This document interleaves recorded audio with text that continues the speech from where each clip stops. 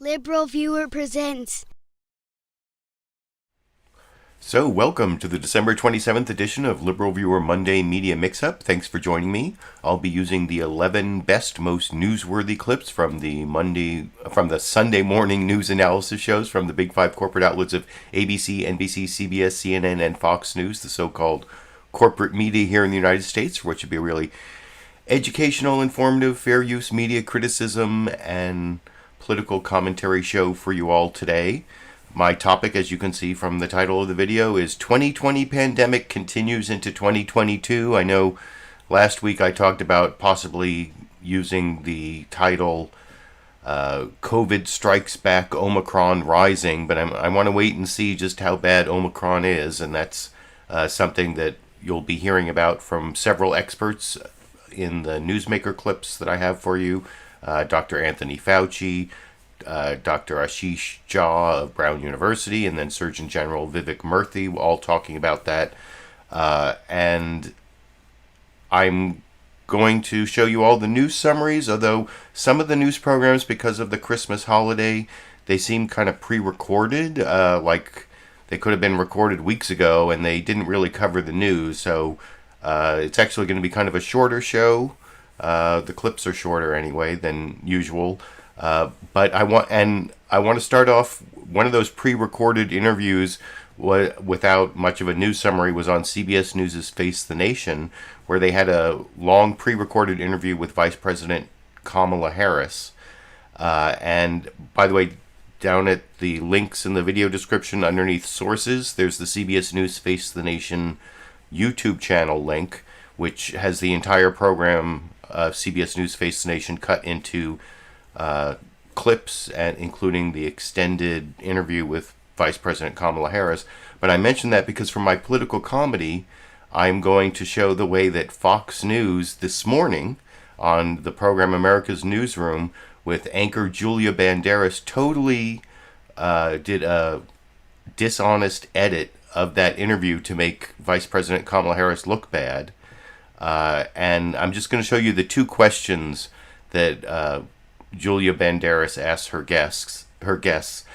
I wanted to show the second one because they've been doing this more and more, where they use other Fox or other News Corp properties. You know, Fox News is owned by News Corp. So is the Wall Street Journal. And it used to be long ago that when they mentioned the Wall Street Journal, they'd say that our sister publication or are owned by our parent corporation. They never say that anymore. It's all just the whole Fox News media ecosystem. And anyway, this is the dishonest way. And after I show you this clip, I'm going to show you the actual question that Vice President Kamala Harris was asked. Here on Fox News, they make it look like she said that the greatest U.S. national security threat is democracy, which of course is ridiculous, but not the question she was asked. And anyway, I will talk about that with you a little more after we watch two Julia Banderas questions from America's Newsroom on Fox News this morning. Total dishonest video editing, total Fox News bias that I'll talk about with you a little more after we watch together over here. David, I want to switch gears a bit to the vice president. Kamala Harris says that she doesn't feel like she's been set up to fail in an interview with CBS. She also says democracy is the biggest threat to our national security. Watch this question and answer. What do you see as the biggest national security challenge confronting the U.S.? One of them is our democracy. The threats to our nation take many forms, including the threat of autocracies taking over and having outsized influence around the world. And so I go back to our point about the need to fight for the integrity of our democracy. Democracy, the biggest threat to our nation? I mean, what? I don't know. Do you agree, or what do you think her answer should have been to that question? Well, Crystal, I want to pull up a Wall Street Journal editorial board headline here. Kamala Harris surveys the world. When we talk about what the biggest threat to national security is, maybe consider the following. The Wall Street Journal goes on to say, in a world of growing risks from China, as David just pointed out, Russia, Iran, cyber attacks, and hypersonic weapons, the vice president names U.S. democracy and climate change as America's most important security challenges. Yikes. Perhaps she didn't want to make news on a security question, so she fell back on her political safe spaces. Is democracy the biggest threat to our national security, do you believe? Now, no, Vice President Kamala Harris didn't say democracy is the greatest threat to our national security. And I'm going to show you the actual question she was asked and the answer in the next clip here before I get to the news summaries. Although before this answer, if you look at the entire interview, like I said, at the Face the Nation link down in the video description, you'll see she spent a while talking about the threat to our democracy through Republican voter suppression laws, and that is sort of the context for this as well. But the question wasn't what is the greatest U.S. threat to national security, it's what do you think is the greatest threat to U.S. national security? What is it that keeps you up at night? That part they cut out. I wonder why. Anyway, here is the actual question and answer, just to prove my point about the Fox News bias over here. What do you see as the biggest national security challenge confronting the U.S.? What is the thing that worries you and keeps you up at night? Frankly, one of them is our democracy. There is, I think, no question in the minds of people who are foreign policy experts that the year 2021 is not the year 2000. You know, I think there's so much about foreign and domestic policy that, for example, was guided and prioritized based on September 11th, 2001. And we are embarking on a new era where the threats to our nation take many forms, including the threat of autocracies taking over and having outsized influence around the world. And so I go back to our point about the need to fight for the integrity of our democracy. In addition, it is obviously about what we need to do in the climate crisis. There are 100,000 Russian troops on the.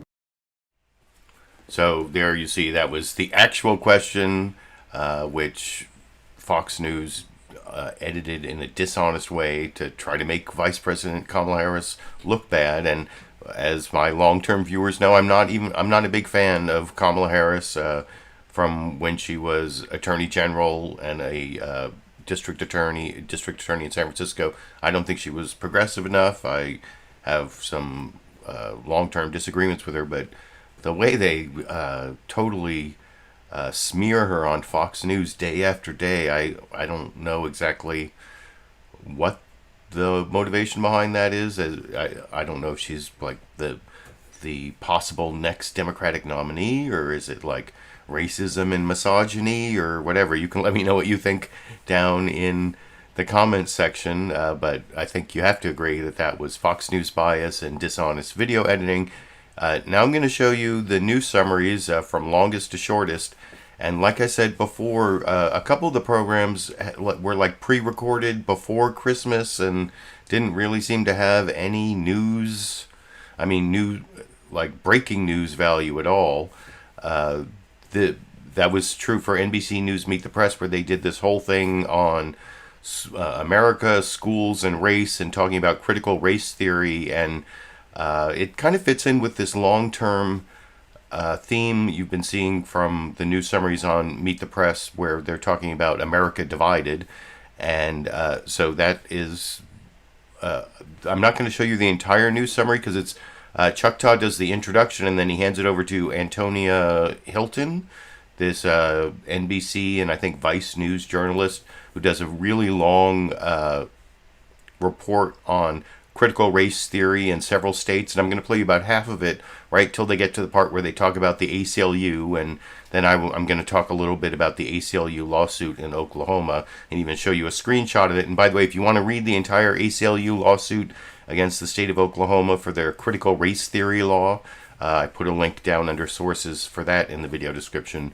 But anyway, here is Chuck Todd and Antonia Hylton. Not really, it is a news topic, race schools and critical race theory, but it's certainly not like breaking news. Something just happened this week. It's really, they took the week off and they pre-recorded this news summary that I'm going to show you half of and then talk about with you a little more after we watch it together over here. Good Sunday morning and a merry day after Christmas.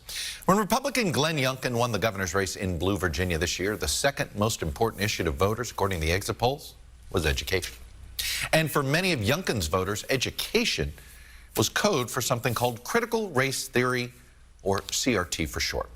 It's an academic concept about racism being embedded in law, policies, and society. And it has come to mean different things to different people these days. To many African-American parents, CRT represents a long overdue reckoning with America's racial history and how it's taught. Conservative groups have campaigned against CRT, and to many white voters, it has been seen as a way to make white children feel ashamed of their race. The result has been loud and angry demonstrations, raucous school board meetings, the dismissal of school administrators, and state laws banning the teaching of critical race theory. Today, we're going to take a look at the debate over not just CRT, but education as a whole and its impact on schools and politics. I'll also talk to Nicole Hannah-Jones, whose New York Times 1619 project puts slavery at the center of American history. And we're going to begin, though, with a special report from my colleague, NBC News' Antonia Hylton. She embedded herself in a Texas town near Dallas and has the story of what happened when a popular principal was accused of putting critical race theory into his school's curriculum. All right, buddy, you ready? Let's go. This is what most days are like now for Dr. James Whitfield and his family. I'd be lying if I told you that it didn't pain me to not be with the students that I typically get to serve each day. Normally, he'd be up by 6 a.m. in a suit, ready to lead a school of about 2,000 kids. But since late August, he's been suspended from his job as the first black principal of Texas's majority-white Colleyville Heritage High School, in the wake of accusations that he was pushing critical race theory, or CRT, on students. It has been difficult to be detached from really my purpose. And they see that, they see the pain, even though I try to mask it. But that's all I've ever wanted to do, is be an educator and serve kids. Ready? He's become one of the most prominent casualties in a national war over race, history, and diversity. Psychologically, what's that like? Yeah, it's, I go from different extremes. There's the part of me that goes, as any human, why me? Like, why is this? I didn't sign up for this. Texas is one of 8 states with new broad laws banning the teaching of critical race theory, a decades-old graduate-level study examining the relationship between the law and racial inequality.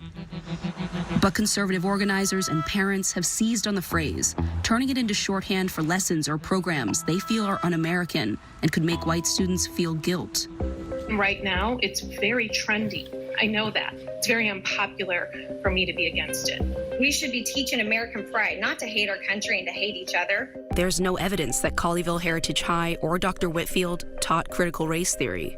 When Whitfield became principal, parents claimed anniversary photos of him and his white wife, found in an old album on his Facebook page, were inappropriate. Others grew outraged after he took part in a district-approved presentation on diverse differences. Later, anger after he wrote an email about George Floyd's murder, stating systemic racism was alive and well. They flooded school board meetings, one resident accusing Whitfield by name. Tonight, I would like to express my concerns, not only of myself, but of many in our community, about the implementation of critical race theory in our district, specifically the views and goals of the principal of Colleyville Heritage High School, James Whitfield. Later in this letter, he goes further, encouraging all members of our Mr. community. Clark, Yes. we really prefer that you don't criticize a particular employee of the district. Okay. How about you fire him? How's that? Sir. How about you fire him? Sir. Because of his extreme views, I ask that a full review of Mr. Whitfield's tenure in our district be examined and that his contract be terminated effective immediately. Much of the outrage focused on the views in his email. Clark and other parents calling for Whitfield's firing declined to speak with NBC News. Do you regret writing that email? Absolutely not. Here in Fort Worth, we had a Tatiana Jefferson who had just been murdered in her home. You've got George Floyd, And I saw this moment, and it was just saying, I'm here with you to work towards that. We're gonna have to have uncomfortable conversations. I would write it again in a heartbeat. In the hours and days after that school board meeting, did anyone stand up for you? No. Behind the scenes, text messages, phone calls, voicemails. I'm so sorry that happened. We love you, like we support you, we've got your back. Nobody would say that publicly though. 200 miles away in Oklahoma, the state is facing the first ever federal lawsuit against an anti-CRT law filed in October by the ACLU, arguing the law violates free speech. And like I said, that news summary about critical race theory laws is about twice as long as what I just showed you. I thought it was too long to show as a clip, but I wanted to keep it playing there because of the ACLU lawsuit. And you may wonder, how does critical race theory violate the First Amendment? Well, it has to do with academic freedom, freedom of speech, and also it's also unconstitutionally vague. Like I said, I put a link down in the video description to the entire lawsuit. I wanted to...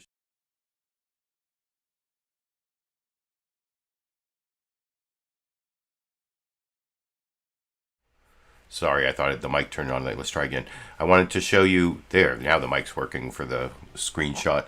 I wanted to show you this page of the lawsuit that says that it prohibits this Oklahoma law prohibits opportunities for free debate and discussion and is overbroad, vague, and viewpoint discriminatory. So that's how it violates free speech. And I took this screenshot low enough so you can see that it's so unclear that the act might prohibit a wide range of topics. If you go to the bottom there, it says from the wage gap to Hitler's motivation for World War II. I recommend, if you're really interested in how these laws are a violation of academic freedom and free speech, I recommend that you go read that lawsuit. I think I mentioned in a previous live stream that I've been thinking about doing either a live stream or an edited, produced video on critical race theory. I am a lawyer. I went to law school. I studied critical legal studies, which is sort of the parent philosophy for critical race theory, which has to do with like looking at what the power does and not what the law says, I guess, is how I would give you the overly simplified version of what critical legal studies does. And then critical race theory looks at the inherent racism in institutions in the United States. And one thing I talked about doing, there's this Yale Law Review article by Professor Justin Hansford that I used back when I was on the board of the ACLU of Northern California, and we did like a reassessment of our First Amendment stuff after Charlottesville, or at least we re-examined our policies and stuff. That Law Review article on how the First Amendment, or I think it's actually like freedom of assembly as a racial justice project or something, and it basically applies critical race theory to the First Amendment. So if that's something you want me to do a video on, apart from my Monday media mix-ups, let me know in the comment section if that interests you. But otherwise, I think it's an important topic. It's not like a topic that's dying out. I guess that's why NBC News Meet the Press decided that it was worth doing a 10-minute pre-recorded news summary about it on the day after Christmas, so they didn't have to come into work that day. They say if it's Sunday, it's Meet the Press. That's like their slogan, and I pointed out many, many times that that's actually a lie. Why? Because they're like, it gets preempted by sports multiple times a year. So why have a news program where your slogan is a lie? But anyway, because there was no real newsmakers interviews on the breaking topics or on the pandemic topic, I'm not taking any more NBC News Meet the Press clips today. That was it. But anyway, you can tell me what you think about that whole topic and about the idea of me making a video on critical race theory and how it applies to the First Amendment and the ACLU's position on the First Amendment. And now I'm going to get to the news summaries that actually covered the news. Fox News and ABC And I don't know, they are the ones that really seem like I think CNN's Dana Bash might have been live, but I think they actually showed up for work on, or at least around the time of their broadcast on Fox News and ABC.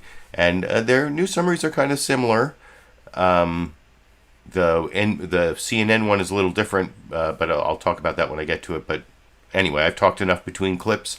I'm going to go to the Fox News Sunday news summary, which I talked last week about how their news summary seemed like the first week after Chris Wallace left seemed like a really journalistic straight news summary. And this is within the realm of journalism. I think it's a little bit skewed with the, the Biden administration struggles are the big focus. I mean, I guess that's a legitimate journalistic focus, but not if it's always the focus like it is on Fox News. But anyway, I'll talk about that a little more after we watch the Fox News Sunday news summary from yesterday together over here.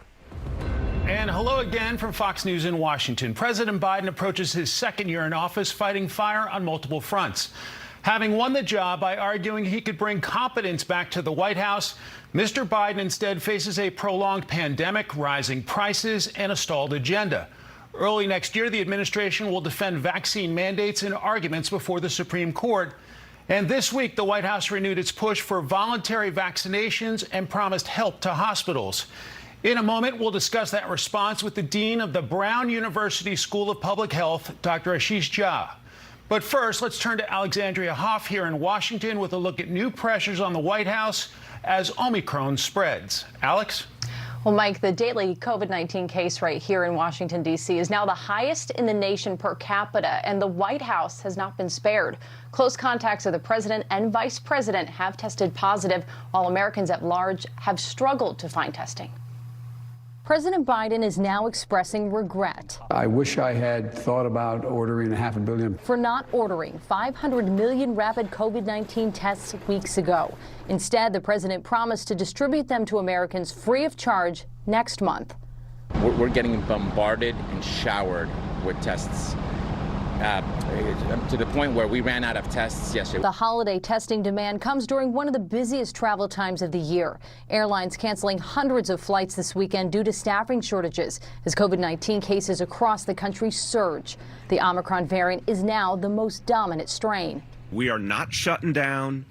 We are not falling back. We're going to fight our way through this. On Thursday, New York City Mayor Bill de Blasio fell to pressure and scaled back the city's New Year's Eve celebration. Hundreds of public schools will not immediately return to in-person learning following the Christmas break, citing high community infection rates. And several universities, including UCLA, Columbia, and Duke, will start their spring semesters online. We're at a critical point, and how well these measures are implemented by all of us, caring for ourselves and for one another, will largely determine the outlook of the coming weeks and months ahead. Several large cities like D.C. and L.A. are now joining New York in implementing proof of vaccination to enter certain businesses. This as President Biden's vaccinate or test requirement for larger companies will face the Supreme Court a week from next Friday.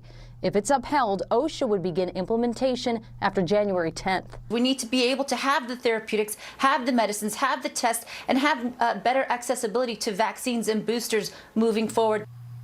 Last week, the FDA cleared both Pfizer and Merck's antiviral COVID-19 treatments. Pfizer's medication was found to reduce hospitalization and death by up to 90%. Mike? Alex Hoff reporting from Washington. Alex, thanks. Joining us now is Dr. Ashish Jha, Dean of the Brown University. And I will have a clip of Dr. Ashish Jha, though, from a different program coming up. But I forgot to mention Alexandria Hoff was the reporter who did the report there, talking to Mike Emanuel, the rotating host. They're doing some rotating guest hosts till they decide who's going to replace Chris Wallace. And so it was Mike Emanuel and Alexandria Hoff there, I guess, as you saw. But the one other piece of bias there that I heard watching the clip, especially having watched Fox News today, and one thing they keep like banging on is Biden admits he should have ordered the test 2 months ago. Biden himself admits he should have ordered the test 2 months ago. And there actually is a test shortage. I had to go to the pharmacy today and to get an antibiotic for possible tooth infection. And in fact, next Monday I have a dentist appointment that might delay the show. But anyway, I don't want to go off on that tangent. And when I was there, all out of COVID tests, I almost took a picture. I should have taken a picture of like the empty shelves.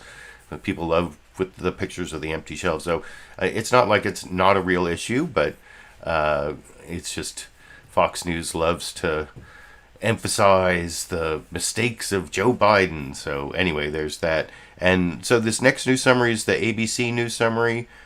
Oh, happy Festivus from Matthew. Thank you for that super chat contribution. I appreciate those of you who support my live streams during the live stream with the super chat contributions. Makes me feel like people like what I'm doing. Thank you. So thank you for that, Matthew. And although I do read a lot of the other comments too, and I saw some good stuff in there. I read a lot of the live comments. I can't read all the live comments because can't do the show and read the live comments, but I read a lot of them during the clips while I'm watching the clips. But anyway, as I was about to say, introducing the ABC News This Week with George Stephanopoulos news summary. This is guest host or permanent guest host, co-host, I think, Jon Karl. I can't even remember his title, but it's pretty much the same information that you saw in the Fox News Sunday news summary, just with in half the time with less bias over here. Good morning, Merry Christmas, and welcome to This Week. As we come on the air this Christmas weekend, there are signs of the holiday spirit almost everywhere. In New York, the tree is up in Rockefeller Center, and preparations are underway for New Year's in Times Square. Supply chain disruptions didn't keep Santa's helpers from getting their job done. Despite those dire predictions, store shelves, for the most part, have been stocked. And we've learned Americans have been particularly generous this giving season, with charitable donations up nearly 10% compared to last year. COVID couldn't stop Christmas, but here we are again, yet another holiday season overshadowed by the pandemic that just won't go away. This time with the fear things may actually be getting worse. Omicron is sweeping the country, becoming the dominant COVID strain in just a matter of days, smashing hopes for a return to normal anytime soon. President Biden came into office vowing to get the pandemic under control. Now he is outlining yet another strategy, this time to combat Omicron. He said the federal government will distribute 500 million free at-home test kits starting in January and dispatch 1,000 military medical personnel to help overburden hospitals. He will also create vaccination and testing sites. While much of this will take time to implement, Biden issued an immediate plea to unvaccinated Americans. Get vaccinated now. It's free. It's convenient. I promise you, it saves lives. And I honest to God believe it's your patriotic duty. And we begin this morning with the president's chief medical advisor, Dr. Anthony Fauci.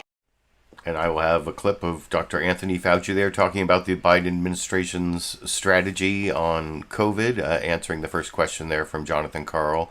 But I think you saw there that they showed the same information, but they didn't do it as if, they were doing propaganda for the Republican Party, which is basically what Fox News is, as I say all the time. If you want to know how Fox News was created to be a propaganda outlet for the Republican Party, just read The Loudest Voice in the Room over there by Gabriel Sherman.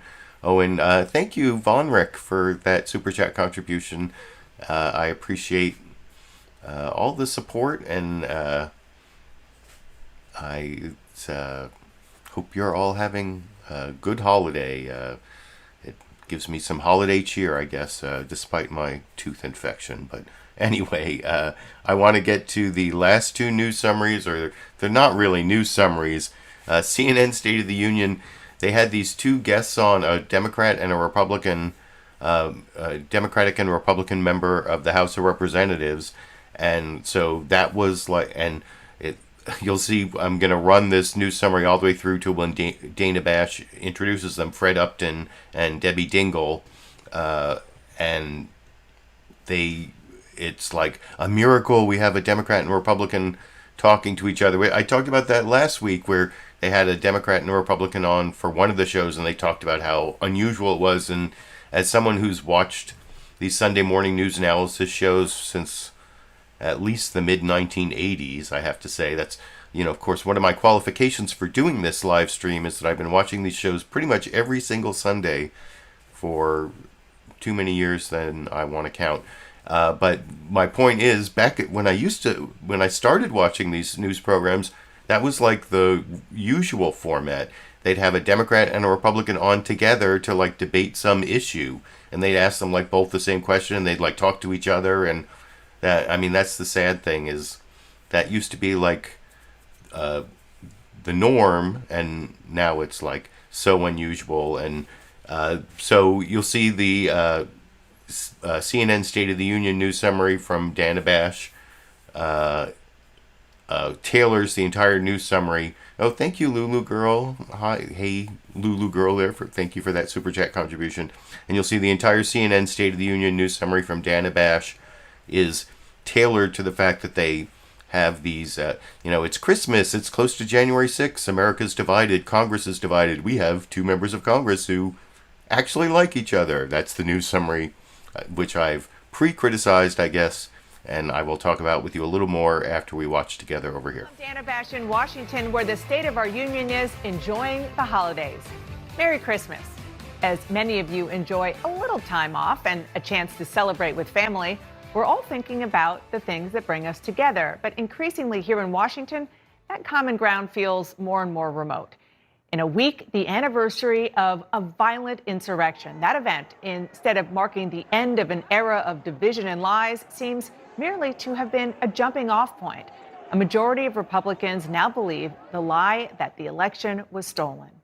GOP officials who have broken with former President Trump over that lie have faced threats of violence, and party leaders are protecting their members for almost any behavior other than crossing Trump.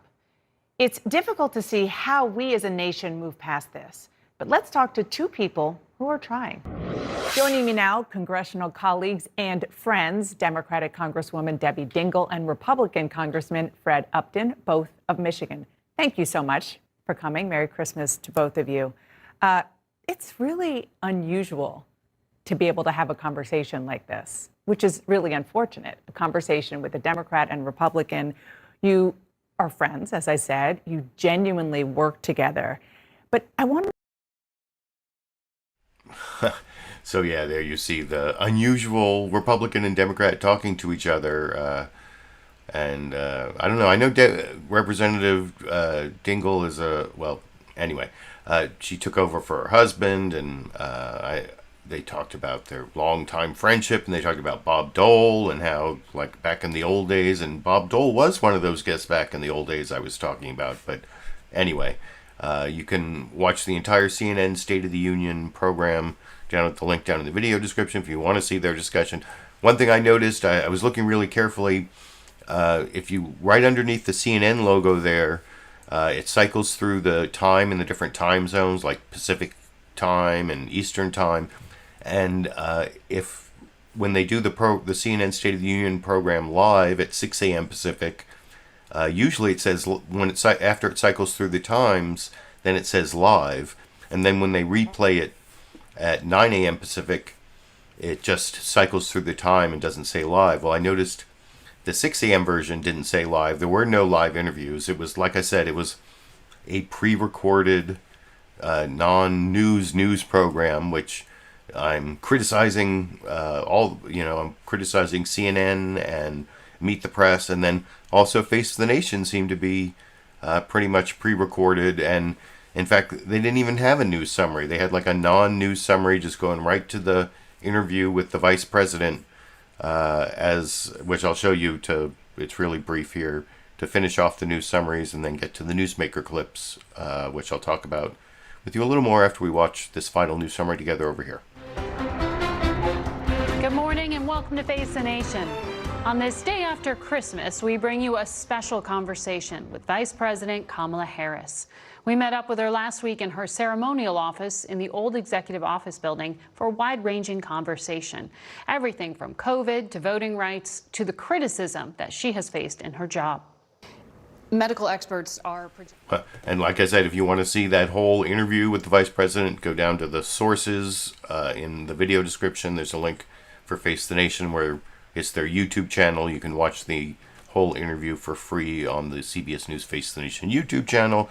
But yeah, it looks like Face the Nation, they didn't show up for work on the day after Christmas. They pre-recorded it sometimes. She even said the interview with the vice president was pre-recorded like in the prior week. So there you go. I don't know. Don't they have people who don't celebrate Christmas to do their news shows? Or you think whatever? You think since that's like their primary purpose, they'd have somebody in those huge multi-million-dollar corporate enterprises that would show up on, well, it's an even Christmas. It was the day after Christmas. But anyway, a couple of them did have people show up. But anyway, as you saw from the news summaries, I think 3 out of the 5 look like they didn't work over the weekend. So that's the news summaries. Now I'm going to get to 3 different doctors talking about the 2020 COVID pandemic stretching into 2022 and the rise of Omicron. One thing that is kind of interesting, and I've seen this clip replayed various places. This is Dr. Ashish Jha, doctor from Brown University, who appears on a lot of the programs. He was on a couple of them yesterday, talking about how because we're not sure whether the Omicron variant is more mild, it might be that it's not cases that we should be looking at, it's hospitalizations and deaths that's the real indicator of how bad the pandemic is, especially because of all the vaccinated people. There are a lot of people who are getting cases who aren't going to move on to hospitalization and death. So anyway, here is doctor, and that sounds like something the Trump administration would say, like, too many cases. The reason we have so many cases is we have so much testing and don't look at the cases. And actually, it's true to an extent that although hospitalizations and deaths aren't the only bad outcomes, there's also like long COVID, and even just being sick isn't pleasant, but which is something I know personally at the moment. But the question as to whether it makes sense to look at hospitalizations and deaths rather than cases also has to do with whether Omicron actually is less virulent, results in less serious disease, and that's not quite known, especially because it depends on whether you're talking about vaccinated and unvaccinated people, which, anyway, that is what this clip is about that I have talked about long enough, and I will talk about with you a little more, I guess, after we watch together over here. So, really, since the start of this pandemic, the number that we've tracked, in addition to obviously hospitalizations and deaths, but the number that we've tracked has been infections, new cases. How many new cases are? That's been the leading indicator of how bad things are getting or how effectively we're dealing with the pandemic. Are we getting to the point where that indicator really isn't the one that matters? If new cases, as you said, among the vaccinated are not leading to serious sickness, is it an indicator that we should really be paying so much attention to? Yeah, I think this is the most important part of this moment in this pandemic. We have to do a shift. Look, for 2 years, infections always preceded hospitalizations, which preceded death. So you could look at infections and know what was coming.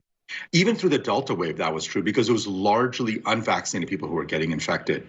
Omicron changes that. This is the shift we've been waiting for in many ways, where we're moving to a phase where if you're vaccinated, and particularly if you're boosted, you might get an infection. It might be a couple of days of not feeling so great, but you're going to bounce back.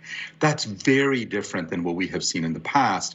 So I no longer think infections generally should be the major metric. Obviously, we can continue to track infections among unvaccinated people because those people will end up in the hospital at the same rate.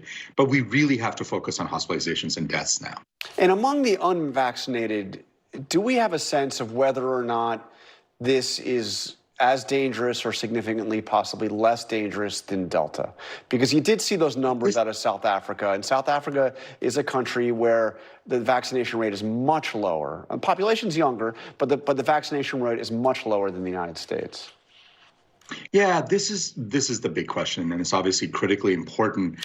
What we know about South Africa is they just had a massive Delta wave over the summer into the fall. So a lot of those unvaccinated people have just recovered from an infection. So the question is, what about people who've not had a recent infection and are not vaccinated? How will they do with Omicron? We don't have very good data. It is possible that it might be a little bit milder. Obviously, I hope it'll be a lot milder.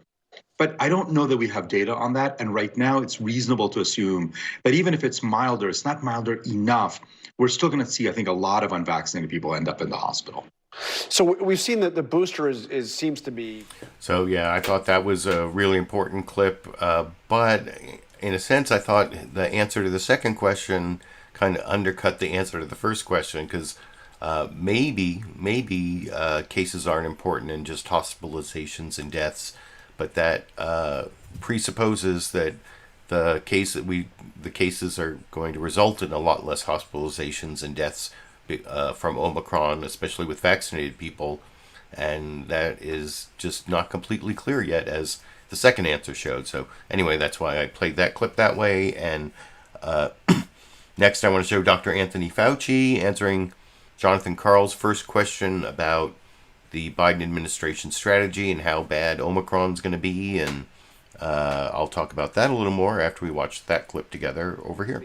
We just heard the details of the president's latest strategy to deal with the pandemic. Let me just ask you, bottom line, what in what he announced is going to help deal with the immediate crisis, this rapid spread of Omicron?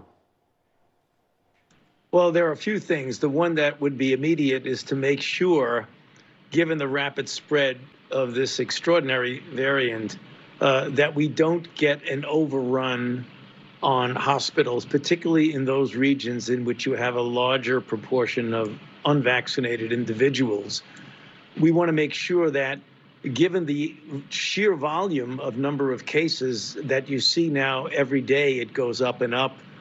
The last weekly average was about 150,000, and it likely will go much higher. The president's multi-part component of the response is to make sure that we have adequate backup for hospitals with military personnel, doctors, nurses, and other healthcare providers, making sure that there's enough PPE and that if needed, there's enough ventilators in the national strategic stockpile.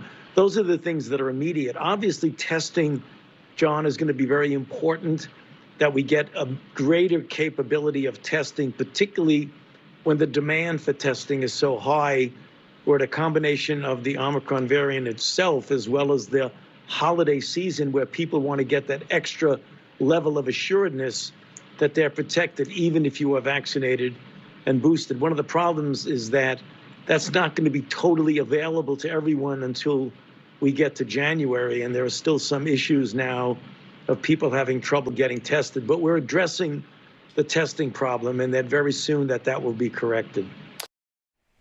So yeah, that talks about the testing problem I was talking about earlier, having gone to the pharmacy, and even Biden admitting, well, I mean, the thing is that a lot of people thought that we'd be winding down the pandemic now, or I don't know if people foresaw Delta or Omicron necessarily, but I guess if you go back and look at my old live streams, there were definitely warning signs where, based on what the newsmakers were saying, I was warning that the fact that there was a lot of unvaccinated people in the United States, and especially unvaccinated people all around the world, that, it's not just a United States problem. All my viewers aren't even in the United States, so I'm sure a lot of you recognize that immediately, but a lot of the U.S. media is very centered on the United States, which I've talked about many times over the years, how that's one of the biases of all the media, that they're U.S. centered in their focus. And the problem being that even if you don't care about anyone other than Americans, you have a very selfish reason for wanting everyone to get vaccinated, because as long as there's a reservoir of unvaccinated people, the COVID virus will continue to survive, and every time it moves from one person to another, it has a chance to mutate and create this new variant and variants that can possibly even defeat the vaccine. That's something that I talked about many, many months ago based on what newsmakers were saying. And so anyway, that is how we got to where we are. And maybe I guess I have to at least take a little bit of the Fox News position that the Biden administration, at least on the testing front, didn't do enough. That at least is the grain of truth and the Fox News bias I was talking about earlier. Although the Trump administration really fumbled the ball on testing for basically the entire Trump administration after the pandemic started. So it's not like the Biden administration inherited a great testing regime anyway for COVID. But anyway, the final newsmaker clip on my main topic I want to show you before I get to a clip from Fox News Sunday of Democratic Senator Ben Cardin giving a glimmer of hope follow-up to my Joe Manchin is the Grinch who stole Joe Biden's agenda live stream last week. Well, it might still be, the agenda might still have some life in it. That's going to be the final newsmaker clip. But before I get to that, I want to show Dana Bash asking Surgeon General Dr. Vivek Murthy kind of what a lot of us are thinking about based on my title topic of the 2020 pandemic going into 2022. None of us at the beginning thought it would be going for this long, and we're just sick and tired of it. And what does the Surgeon General of the United States say to someone who's just sick and tired of the pandemic? Good question, Dana Bash, or at least a question I can relate to. And here's the answer, question and answer, to talk about a little more after we watch it together over here. So we are almost 2 years into this pandemic. A lot of Americans, beyond children, are feeling increasingly pessimistic. Vaccine resistance remains high. More than 1,000 people are dying every day. What do you say to Americans who fear that the pandemic is just never going to end and that this is the new normal? Well, certainly I can understand that fatigue and the frustration that many people have about where we are in the pandemic right now. It has been almost 2 years. We've lost so many people and our lives have been changed fundamentally. But those struggles shouldn't obscure one critical thing, which is that we have made tremendous progress in this last 2 years as well. You know, by studies recently done, in fact, we have saved more than 1 million lives because of vaccination efforts this past year alone. I know it may not always feel like the progress is enough, but we've also gotten tools and developed tools to learn to live our lives, to gather with family and friends. And those include not just the vaccines and the boosters, but testing, using masks judiciously, and using better ventilation and gathering in better ventilated spaces. So what I would say to folks out there is, look, I know it's tough right now. I know that there's a prospect of another wave with Omicron coming. But we now know more about how to stay safe than we've ever known. If you're vaccinated and boosted, your risk of having a bad outcome with COVID-19 is much, much lower. And we will get to the end of this pandemic. It's gone through twists and turns, but we will get there, and we will get there together. Well, it is nice to hear you end that on a hopeful note. It is important for all of us to end this year on a hopeful note, even though it's sometimes pretty hard. I appreciate you coming on and especially talking about the challenges that our children are having with mental health because of this pandemic. I hope you have a happy new year. Thanks, and I hope. So yeah, I don't know. Was that hopeful? I guess, I mean, we're not where we were at the beginning, March 2020, because we have a lot more information, we have a lot more tools, so we just don't seem to have enough to get to the end of the pandemic in less than 2 years. There's going to be a third year, at least the beginning of a third year, because this wave is going into 2022, like I was saying. But anyway, that is the main title topic about the 2020 pandemic continues into 2022, as depressing as that may be. But to give you another glimmer of hope, this is the Democratic Senator Ben Cardin on Fox News Sunday talking to the fill-in host Mike Emanuel about last week's topic. If Joe Manchin, there's been some more talk since Joe Manchin went on Fox News Sunday last Sunday and said he was a no on the Build Back Better bill that was supposed to be like $1.7 trillion over 10 years that had like universal pre-K and the child tax credit and a whole bunch of funding to help stop climate change and a variety of other things. And it sounded like it might be dead, but even by the time I did my show on Monday, it sounded like there were still talks going on, and it sounds like they're trying to find that sweet spot. The sweet spot is still a possibility, as I will talk about with you a little more after we watch that final newsmaker clip together over here. Majority Leader Chuck Schumer sent out a Dear Colleague letter this week in which he said there will be a vote on Build Back Better. And President Biden said he thinks there's still a possibility of getting the bill done. Senator, what's the path forward to actually getting the legislation passed as it is now when the math clearly isn't there? Well, Mike, not only did the Majority Leader send a letter out, we also had a caucus this past week, last week, and there's unanimity in our caucus that we want to get a bill to the president, and we are working to see what that bill will contain. President Biden's directly involved in these negotiations. We need to deal with the affordability of child care because it affects our workforce and having workers available for our economy. We got to deal with the cost of higher education. We know working families have tax issues. We've got to extend certain tax provisions to help working families and families with children. There are things that need to get done that shouldn't be partisan. We should be able to get these issues worked out. We are prepared to move. We just need to make sure we have unanimity in our caucus, and that's what we're working on. And we will start on that next week when we return. To your point, are Democrats open to scaling it back even more or passing various pieces as standalones, maybe attracting Senator Manchin or even some GOP on some of these issues? Well, that's a strategy decision that's being negotiated. We are open to a way to reach the finish line. We want to make it as comprehensive as possible because the needs are just there. We recognize that families need help on affordability, and that's what this is about, making our economy affordable for families, and it will be fully paid for. That is very clear. We understand the risks of inflation, and we are committed to making sure that we really offset all expenses. So I think with those parameters, we want to see it as comprehensive as possible, but we need to make sure that we have the votes to pass it. So that means it'll be different than some of us would like to see. Does scaling back the bill to win over moderates risk losing progressives in both the Senate and the House? Well, we got to find that sweet spot. And I think as long as everyone's at the table as we're negotiating, I know President Biden has always included all parts of our caucus in these discussions. I think we can reach that sweet spot. Look, a lot of us are going to be disappointed, but we're not going to let perfection be the enemy of getting something done. So we need to get something done. I think we'll be pragmatic about it, but we want to make sure it deals with the issues that we're facing in our communities. President Biden said in an interview with...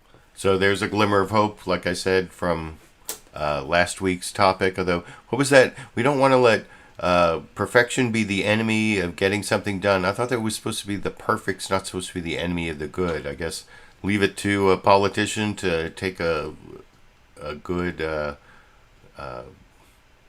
well-constructed aphorism and turn it into something worse, or I don't know. But anyway, that's Senator Ben Cardin from Maryland, which close to West Virginia. I don't know. I guess there are ongoing negotiations. Maybe that appearance on Fox News Sunday last Sunday was just a negotiating tactic, or I guess that's something that like the pandemic I'll be continuing to cover on my live streams into 2022. I hope that you will be continuing to watch my live streams into 2022. If you'd like me to keep doing them, you can support my live streams financially, here are the Super Chat contributors so far.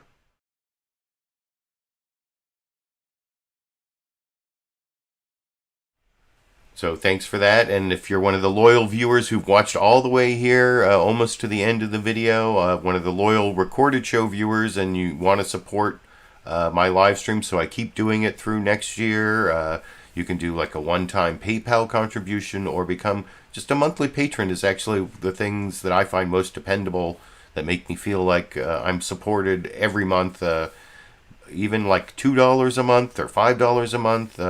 There are links right at the top of the video description for PayPal and Patreon, so you can think about that as you think about what you want to support for the coming year. And before I finish, I want to show you a Dash and Sandy or Dandy clip for the fans of my cat Dash and my dog Sandy out there. Dash continues to improve. He's finished all his antibiotics. We're still giving him, we're tapering off his steroids that we put in an eyedropper and squirt into his mouth now just every couple days. I still don't think he's going to last for that much longer. I mean, they're both kind of old pets, but anyway, I want to show how they go out together. I have a clip of them going outside, and then Dash, I don't know if it's because of his kidney disease, but he obsessively drinks up water everywhere. He likes to drink from the faucet. And because it's been raining here, he likes to drink from the puddles. So here's Dash and Sandy going outside together, and then Dash drinking from one of the puddles to end the show today over here. Troops from the border with Ukraine citing their month of drills had ended and that the troops will return to their permanent bases. Earlier this year, U.S. intelligence revealed an alleged Russian plot to attack Ukraine as early as next year, something that Russia completely denied. Negotiations and security talks will continue between the U.S. and Russia in Geneva, Switzerland at the start of next year. Thank you very much. So there you go. Oh, and thank you for that last-minute Super Chat contribution, Kettle. I will be back next Monday. I do have a dentist appointment, like I said, so it might mess up when the time is. I might have to delay it. We'll see how things go. But I will be back next Monday for the new year. Happy New Year, everyone. And I will be continuing at least for, I don't know, at least for the next few months. I haven't quite decided. I'll see what kind of support I get and how much I enjoy doing it, and how much time I have. All those factors will come together. But anyway, I'll see you next Monday for the live stream, and maybe I'll come up with this critical race theory. I saw some people who seem to like the idea of doing a critical race theory live stream. I even saw someone say I could do a live stream so I could do the presentation and then I could do a Q&A. So I don't know, would I get some good questions? I guess that's something to think about. But anyway, thank you all for joining me. I'll see you next Monday or whenever. And until then, I guess I will be seeing all of you around the internet.